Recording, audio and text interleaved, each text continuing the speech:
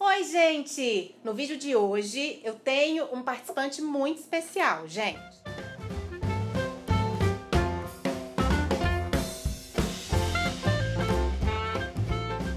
Esse aqui que tá do meu lado é o Cláudio Maierovitch. Cláudio trabalha na Fundação Oswaldo Cruz de Brasília.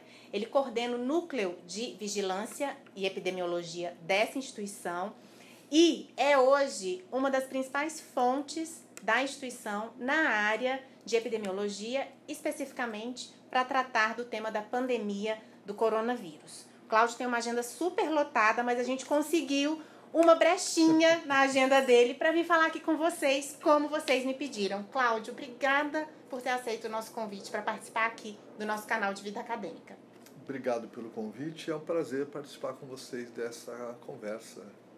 Ai, que bom. Seguinte, Cláudio, conta pra mim uma coisa. Quantas entrevistas você já deu até agora sobre coronavírus? Não sei, eu acho que vocês é que devem saber, depois vocês vão me fazer a continha. Sim, gente, contar, e o mas Cláudio... tem tido bastante, né? Muita. E o Cláudio, ele tem uma especificidade, gente, porque ele é um pesquisador super preocupado com a divulgação científica. Todas as vezes que a assessoria de comunicação procura o Cláudio para dar entrevista, ele sempre está disponível, ele sempre está com uma linguagem muito simples, e eu acho que isso é fundamental para vocês que estão se formando como pesquisadores, se espelharem em exemplos como os dele. Se você colocar no Google agora Cláudio Maierovitch, vai aparecer assim, pelo menos umas 30 entrevistas que ele deu nos últimos dias sobre coronavírus, né, Cláudio? Não sei se vai aparecer, mas tem tido bastante gente aí para conversar, né? Sim, muita gente. E me conta uma coisa, Cláudio, a ideia aqui é que você fale algumas coisas que eu ainda não vi você falar em nenhum lugar.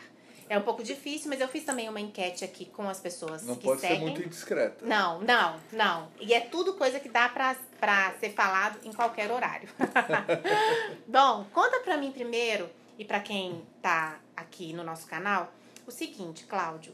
A maioria das pessoas que seguem o nosso canal é de pós-graduandos ou de quem quer fazer uma pós-graduação. E a gente viu que várias universidades suspenderam as aulas nessa época em que é necessário esse isolamento social. Explica pra gente um pouco por que isso é importante, essa parada em todas as universidades. É uma pergunta meio espinhosa.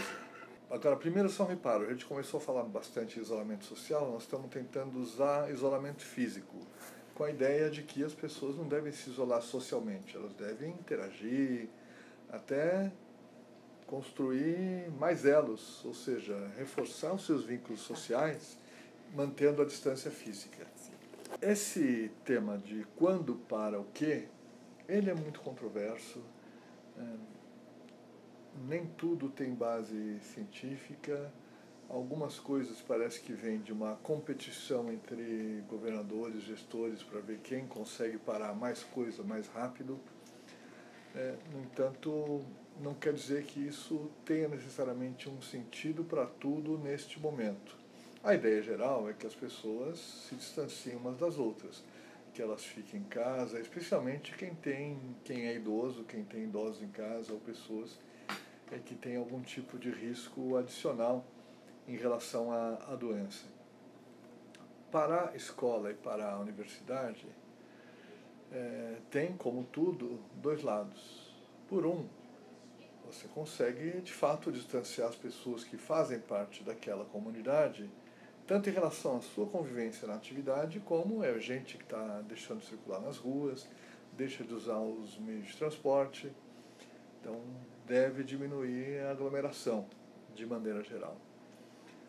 De outro lado, é gente que vai fazer alguma outra coisa, que vai sair da sua rotina e, portanto, vai inventar uma nova rotina. Eventualmente, essa nova rotina é uma rotina que também traz atitudes de risco, mas que não tinham sido pensadas antes.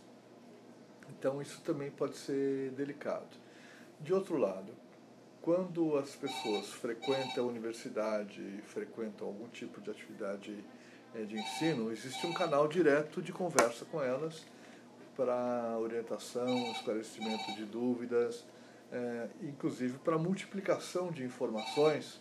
No caso, os universitários tipicamente são multiplicadores de informações corretas. Sim. Nem sempre, mas muitas vezes sim. São pessoas que têm conhecimento científico, que têm base na sua formação pregressa e ajudam a informar a sociedade de maneira geral.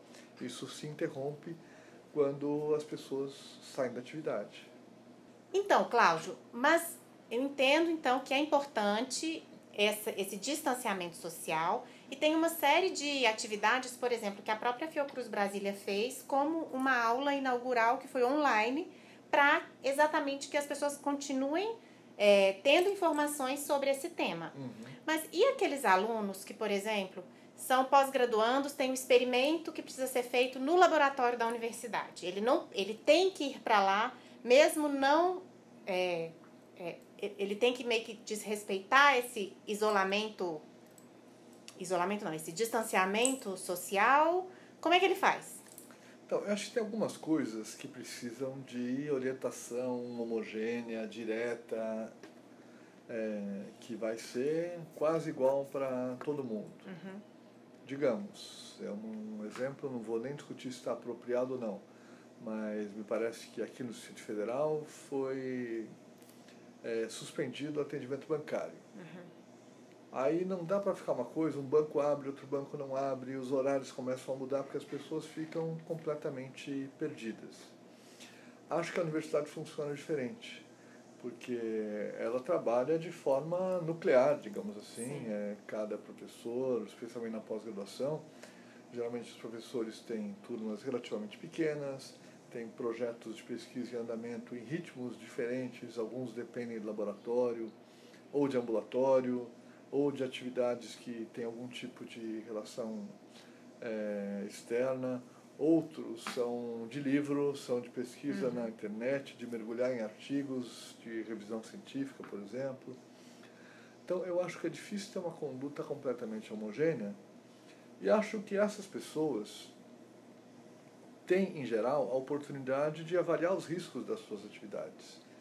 Bom, eu tenho um laboratório que eu estou fazendo, digamos, um estudo pré-clínico de um medicamento, eu estou fazendo um ensaio de resistência de material, qualquer coisa assim, que envolve basicamente a minha pessoa, os animais ou o que for do laboratório, eventualmente o orientador está junto ou tem uma equipe, quer dizer, não são situações de risco.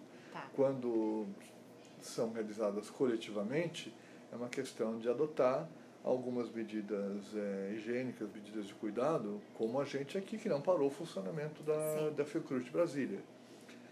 E acredito que nesses lugares existe conhecimento e compromisso suficiente para que as pessoas avaliem cada situação e se adequem a elas quanto aos riscos e às medidas de cuidado. Tá, mas dá um exemplo para mim, por exemplo, as pessoas que continuam atendendo ao público por algum motivo, né? Sei lá, uma pessoa que trabalha na secretaria de um estabelecimento que não fechou e que tem atendimento ao público, ela tem que estar de máscara todo dia, ela tem que estar com uma garrafinha de álcool gel, tipo essa que tem aqui na assessoria de comunicação, o tempo inteiro? O que ela tem que fazer? Em princípio, não. A não ser que ela esteja com algum sintoma, ela não precisa usar máscara. Tá. Se ela tiver com sintoma, é melhor que ela fique em casa. Se ela tiver com febre, sintomas respiratórios, é melhor que ela fique em casa para não expor os outros. Mas ela só deve usar máscara se tiver alguma situação de exposição real a alguém que pode ser considerado suspeito de ter, se não o coronavírus, uma doença infecciosa do aparelho respiratório. Tá. Então, os cuidados devem ser manter uma certa distância, nós temos recomendado para esses casos a distância de 1 metro, e manter a asepsia de si mesmo, das suas mãos e das superfícies que são tocadas. E muitas vezes, numa mesa, num guichê de atendimento, as pessoas põem a mão, põem objeto, etc. Aí é importante, não precisa ser uma garrafa deste tamanho, mas é importante que haja o álcool gel disponível justamente para isso. Tá. E conta pra gente uma coisa. Pode ser álcool líquido também. Pode ser como esse, álcool caso, líquido, isso, né? Isso. Tá, então... Mas, porém, álcool 70. 70. Qual que é a diferença? Por que tem que ser o 70? Então, o álcool pode existir em concentrações variadas, nós estamos falando da proporção de álcool e água em geral. Em proporções muito baixas, o álcool não é capaz de inativar o vírus. Tá. Em proporções muito altas, existe o risco de que ele provoque uma reação química que pode acabar protegendo o vírus. Então, esta faixa entre 60 e 80 é considerada ideal. Entendi. Massa. Duvido que vocês sabiam isso, gente. Eu sei que vários sabiam. Duvido. Como jornalista, assim. Mas agora, todos os biólogos, químicos, todos esses vão saber, né? Só uma coisa que eu esqueci de falar, porque como eu tô no ambiente da Fundação Oswaldo Cruz, vocês estão vendo, né? Que vocês lembram da minha voz, ela continua a mesma, mas o meu cenário, quanta diferença. Se inscreva no canal se você não é inscrito e tá aqui assistindo esse vídeo, deixa seu like e compartilha para que outras pessoas possam ter acesso a essa informação também, tá bom? Cláudio, me conta mais uma coisa. Queria saber um pouco sobre os bastidores de pesquisa em meio a uma pandemia. O que você pode contar pra gente? Mudou muito a sua rotina desde que começou desde o aparecimento do coronavírus na China e depois do novo coronavírus? Como é que tem sido a rotina de pesquisa para vocês?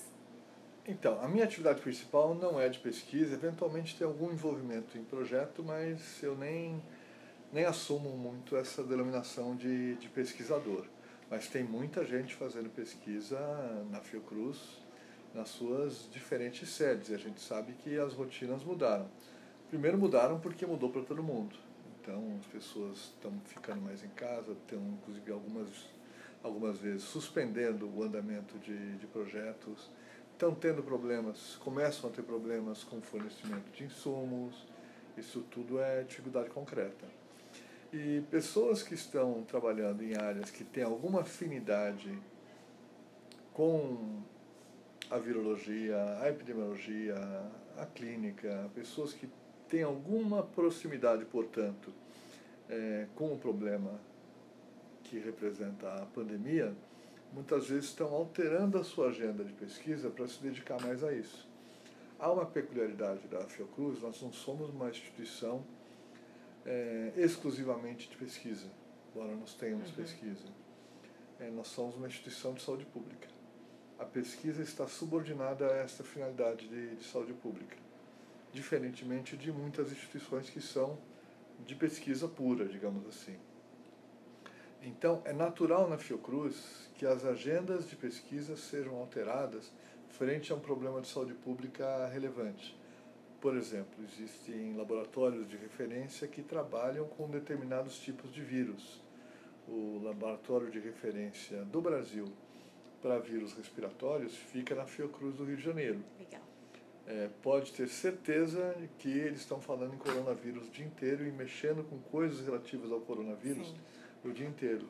Seja da virologia em si, seja para saber como funcionam determinados testes diagnósticos, que tipo de insumo pode ser importante para que os laboratórios da rede de laboratórios estaduais tenham para fazer os seus exames também. Então, o que eles estão pensando? O seu objeto, que é pesquisa de vírus respiratórios, aplicado a uma situação concreta. De que forma eles podem contribuir para isso? E meio que trocando a roda do carro com o carro andando numa velocidade grande, né?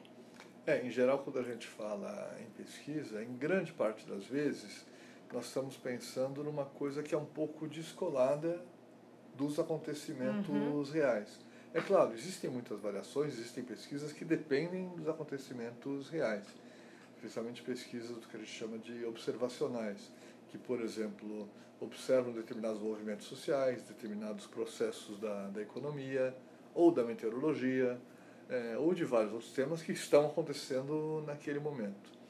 E, neste caso, existe algo que é parecido, embora muito diferente, porque é um processo social junto com um processo biológico, que é a transmissão de uma doença. Então, eles provavelmente têm que mexer, inclusive com temas de pesquisa, porque não havia previsão de que isso ia acontecer. Sim. Então, isso aparece como uma surpresa e acho que é importante que os pesquisadores tenham flexibilidade para conseguir trazer as surpresas, transformando-as em objetos que podem, inclusive, representar avanços mais importantes. Então, ao invés de apenas acrescentar, de pensar em pesquisa que vão levar a inovações incrementais, por exemplo, pensar em coisas que podem levar a pequenas revoluções. E que tem uma aplicação direta nesse atual problema de saúde pública, né? E tem uma utilidade, uma relevância para a população. Sim. Queria que você comentasse também um pouco, porque a Fiocruz é do SUS, é do Sistema Único de Saúde. E existe um diferencial no nosso país, o fato de a gente ter o Sistema Único de Saúde para auxiliar no enfrentamento dessa pandemia, não tem? Muito diferente de países que não têm sistema público de saúde ou que não têm um sistema com essa abrangência. Do SUS, nós temos condição de levar para perto das pessoas não apenas os serviços que fazem atendimento, mas o conjunto das atividades de saúde. Então, assim como a gente leva, por exemplo, leva vacinas, leva orientações, educação em saúde, leva atendimento em si, leva o controle de riscos das diversas doenças que acontecem na comunidade, leva assistência farmacêutica. Ao mesmo tempo, esses pontos que representam o SUS, que são principalmente as unidades da atenção básica e equipes da estratégia de saúde da família, convivem naquela comunidade. Sim. E trazem para o SUS a informação do que está acontecendo lá, a expectativa do que as pessoas têm em relação ao SUS, as dificuldades e o produto desta interação entre um sistema que é colossal, que está no Brasil inteiro, e cada pequena comunidade onde existe a unidade de saúde da família. E, além disso, essas unidades fazem parte de um sistema que se relaciona a outras partes do sistema, onde há mais complexidade tecnológica, sim, onde há hospitais, laboratórios, centros de pesquisa, de ensino e formação também. Isso dá uma visão integradora, o que significa uma capacidade enorme de intervenção. Sim, sim. Por isso a importância da gente valorizar o nosso Sistema Único de Saúde, que tem problemas, tem dificuldades, mas que ainda é nosso, né, Cláudio? Ele ainda é de todos nós e compõe toda uma rede de serviços de média, alta e, eu não gosto de falar baixa complexidade, porque eu acho que a atenção primária é onde é muito complexo, né? Tem a coisa dos determinantes sociais. Sabe que tem um pesquisador conhecido seu, certamente, de muitos, que é o Gastão Wagner, de Campinas, sim, que ele, inclusive, escreveu várias vezes isso nos livros, textos dele, que ele dizia: a unidade básica de saúde é o ponto mais complexo, sim, do sistema de saúde. Porque a sociedade é mais complexa do que qualquer coisa que a gente possa fazer do ponto de vista tecnológico. Sim. Então a complexidade está lá. Né? Sim. É imprevisível. Sim. As coisas acontecem ali, não há controle sobre elas. Por, sim, mais que eu diga, não, eu tenho um equipamento de última geração com profissionais formados em não sei aonde, isso ali é previsível, quadradinho, né? Programado, desenhado, sim, etc. Sim, sim. Conta pra gente também um pouco, Cláudio, algum detalhe, alguma coisa que você considera interessante ressaltar sobre como é que é feita essa detecção do novo coronavírus. Como que acontece isso? Então, aí tem dois contextos. Um é vamos pensar o contexto chinês. Não havia coronavírus, sim, e passou a haver. Atualmente, diversos países do mundo, inclusive o Brasil, tem um sistema de vigilância composto por estratégias diferentes, mas entre elas um sistema de vigilância para doenças respiratórias agudas. Tá. Então não se parte do nada, se parte já do conhecimento de que existem essas doenças e de que elas podem mudar de comportamento. O objetivo desse sistema é observar essa mudança de comportamento.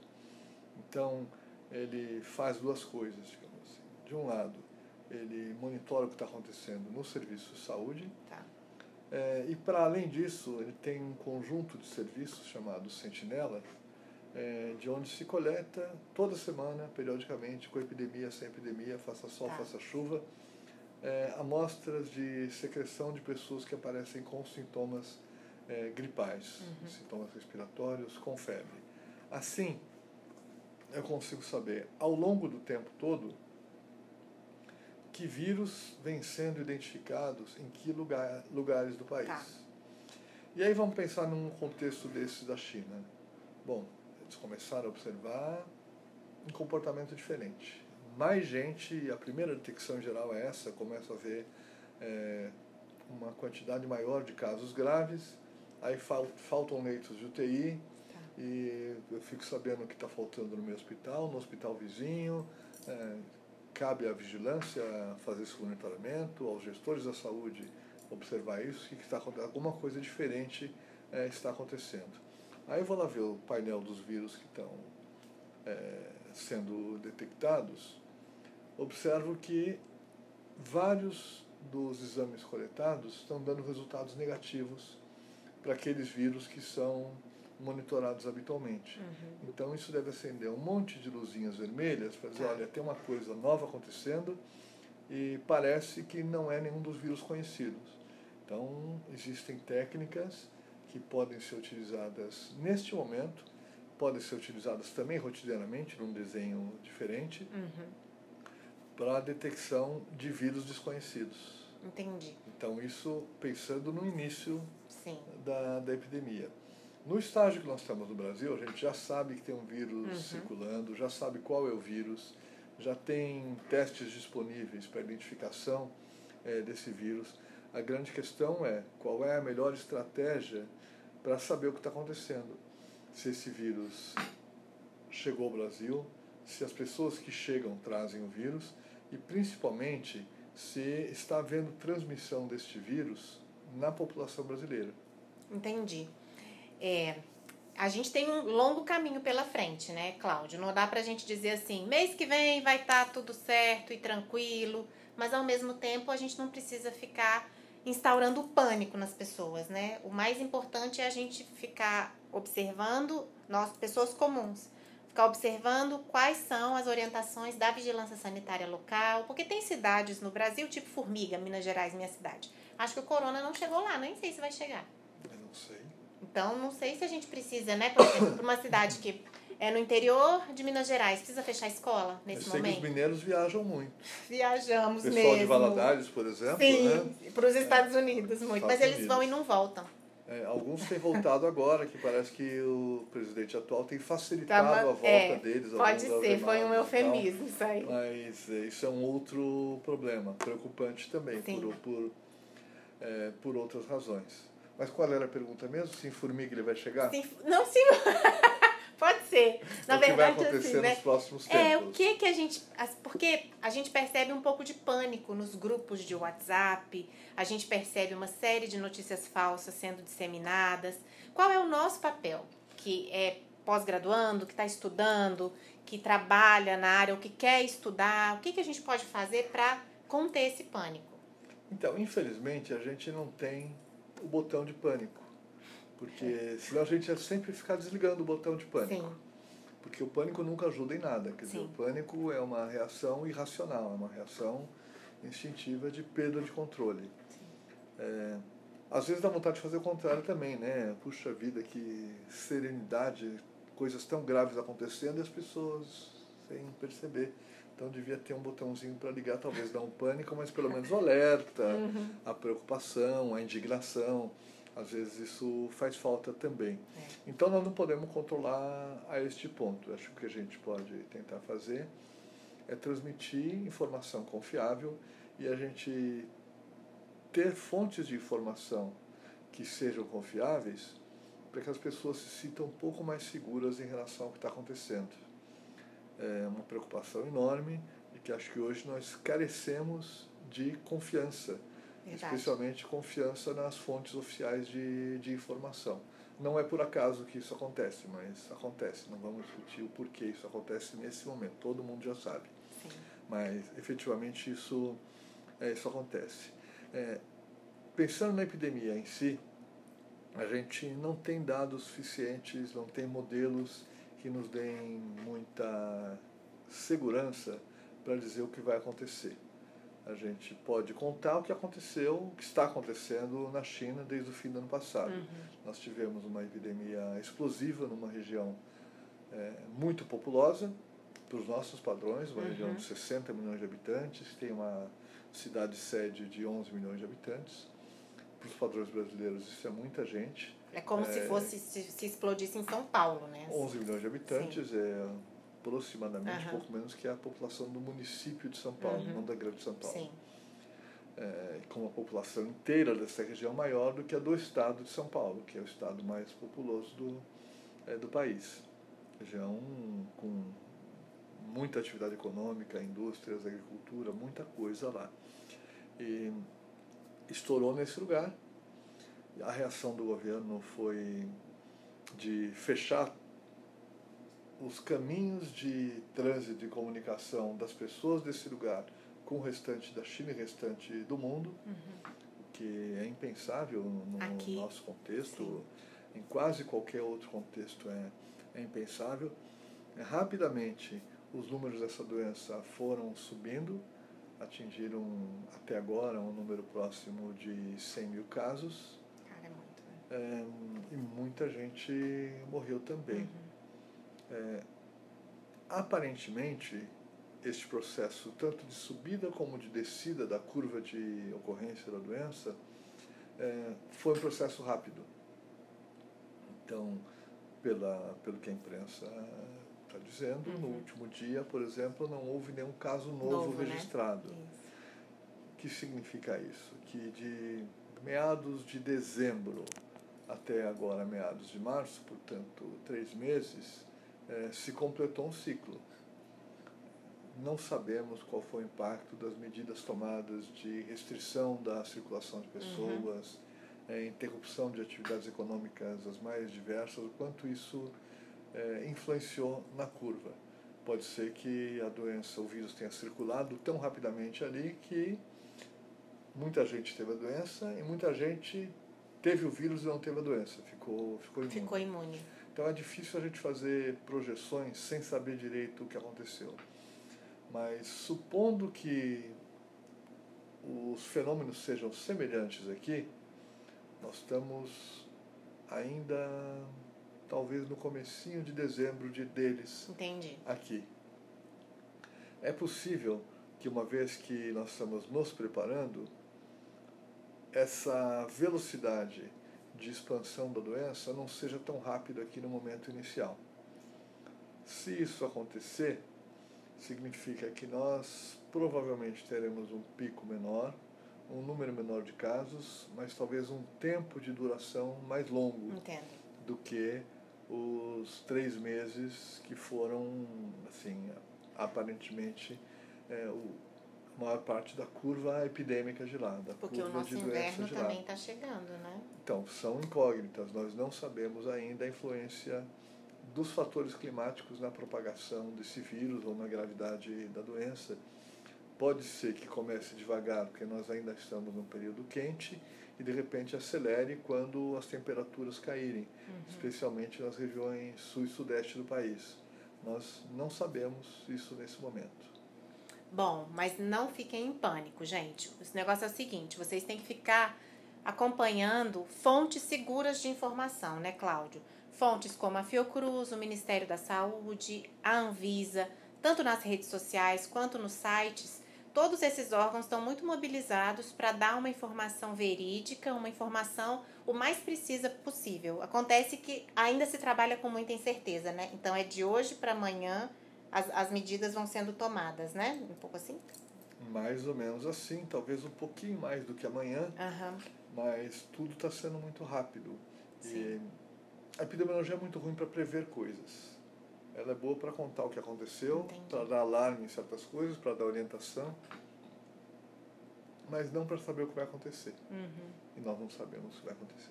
Sim. Cláudio, tem alguma informação que você considera super relevante e eu não te perguntei e ninguém te perguntou ainda? Nossa. Eu acho que é super relevante, que é uma situação muito importante, grave, que nós corremos risco objetivamente, a gente não deve estimular o pânico, a gente deve procurar manter o controle, mas sem reduzir a importância disso. Sim. Não é um resfriadinho, não é uma fantasia, é uma coisa real. O mundo inteiro está olhando para isso. Tem vários países que pararam quase tudo, países em que era difícil pensar que isso poderia acontecer, como é o caso da Itália, o caso da França, parece que o caso da Alemanha também, o caso da Espanha, Portugal, ou seja, países que têm uma capacidade de pesquisa, uma estrutura de bem-estar social, de saúde pública invejáveis, embora tenham populações menores, e que tiveram que adotar medidas drásticas. Sim. Então, as nossas medidas ainda não estão naquela proporção. Acho provável que a gente chegue nelas. Então, nós vamos ter que ficar preocupados com isso e adotar as medidas de proteção. O que eu acho que é muito importante é cada um pensar no seu microcosmo, vou chamar assim, e nos círculos concêntricos. Quer dizer, o que eu preciso fazer para me proteger? Que medidas eu posso tomar aqui para mim mesmo? Que medidas eu tenho que tomar em relação às pessoas que compartilham espaço comigo, a minha família, ou as pessoas com quem eu divido espaço de alguma forma, e que elas têm que tomar também. No estudo ou no trabalho, onde for. Quer dizer, quais são os pontos frágeis, como que a doença pode se transmitir ali e o que se pode fazer para diminuir essa chance. No transporte coletivo, nas atividades variadas. Então, esta orientação, por exemplo, de suspender eventos que juntam muita gente, suspender festas, encontros que as pessoas ficam próximas, é uma orientação absolutamente necessária. Sim. Então, quero só reforçar uma coisa, gente, já finalizando a nossa entrevista, infelizmente, pois é, eu falei com o Cláudio que era só 15 minutos, olha a quantidade de tempo que a gente ficou com ele. Tem um outro veículo esperando ele, eu quero te agradecer muito pela oportunidade de te entrevistar aqui no nosso pequeno canal, tá bom? Ele dá entrevista, gente, para CNN, para grandes veículos e reservar um tempinho do tempo dele para falar aqui com a gente. Mas o que eu queria reforçar, a partir da sua fala, mesmo que pessoas que são muito importantes no país digam que é uma bobagem o vírus, que é uma bobaginha, que não tem problema, dá uma olhada na formação dessas pessoas. São cientistas, são pesquisadores, ou são pessoas que estão em determinados cargos por N motivos. Pense nisso antes de sair dizendo que antes de sair seguindo conselhos inconsequentes de quem não é epidemiologista, não é médico sanitarista, não é da área da saúde, não tem condição de avaliar de verdade o que está acontecendo, tá bom, pessoal? Obrigada, Cláudio. Obrigado eu e obrigado a vocês. Gente, fiquem com Deus, até o próximo vídeo. Se inscrevam no canal, mais uma vez, como eu disse. Cliquem aqui para ativar as notificações. Curtam esse vídeo para que o YouTube entenda que esse conteúdo é importante e distribuam para mais pessoas. Eu vou deixar aqui embaixo vários links, tanto com artigos científicos, pesquisas, o site aqui da Fiocruz Brasília. Não vou deixar o telefone celular do Cláudio, porque senão ele não vai ter sossego mais, tá bom? Até o próximo vídeo. Tchau, tchau, pessoal!